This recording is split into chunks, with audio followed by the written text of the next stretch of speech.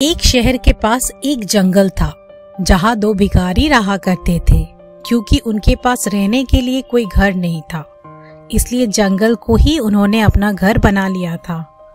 किसी इंसानों के घर के पास रहने पर वो उन्हें वहां से हटा देते, इसलिए उन्होंने जानवरों के घर यानी कि जंगल में ही रहना मुनासिब समझा। स्वाभाविक रूप से वे दुश्मन की तरह एक दूसरे को देखते थे, क्योंकि वे एक ही पेशे में थे और दोनों में एक दूसरे से ज्यादा भीख के पैसे जुटाने की प्रतिस्पर्धा थी। दोनों भिखारियों में से एक अंधा और एक लंगड़ा था और वो हमेशा अपने ग्राहकों को लेकर झगड़ते रहते थे। आप नहीं जानते कि भिखारी आपके बारे में क्या बातें करते हैं।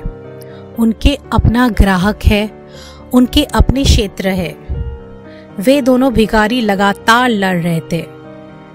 उन्हें एक दूसरे के कारण बड़ा संघर्ष और प्रतिस्पर्धा करनी पड़ती थी भीख मांगने में, इसलिए वो दोनों भिखारी सालों से दुश्मन थे। ये दुश्मनी ऐसे ही चलती रही, लेकिन एक दिन जंगल में आग लग गई। अंधा भिखारी चलने और दौड़ने में पूरी तरह सक्षम था, लेकिन ये उसके लिए खतरनाक था, कारण वे देख नहीं पा रहा था कि वे सही दिशा में जा रहा है या नहीं। लंगड़ा आदमी सब देख तो सकता था, लेकिन अपने आप नहीं चल सकता था। वो आगे तो तेजी से अपनी तरफ बढ़ते हुए देख रहा था, लेकिन बेबस था, वहां से हिल नहीं पा रहा था। आग इतनी तेजी से फैल रही थी और हवाएं इतनी तेज थी, लेकिन वे देख सकता था कि कभी भी बाहर निकलने की संभावना थी।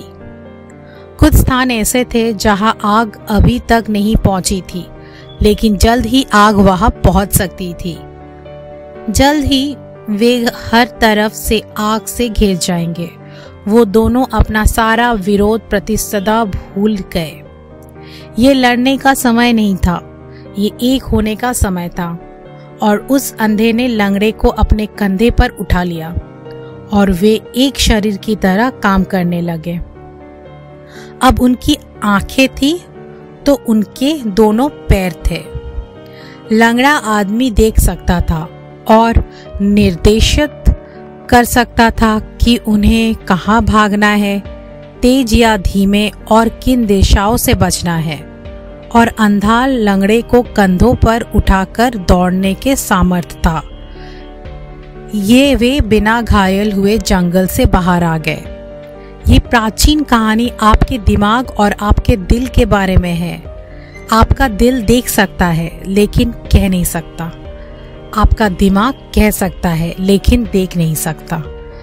यदि आप अपने दिल और दिमाग को, अपने प्रेम और तर्क को करीब लाने में सक्षम है, अपने अनुभव और अभिव्यक्ति को करीब लाने में सक्षम है, तो शायद मन भी कुछ महत्वपूर्ण कह सकता है।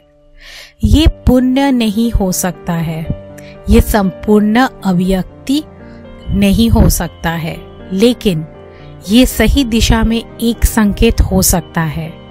मैं ऐसा नहीं कहता कि दोनों के साथ आने से गलतियां नहीं होगी, लेकिन उतनी नहीं होगी जब वे अलग अलग रहते हुए होती है।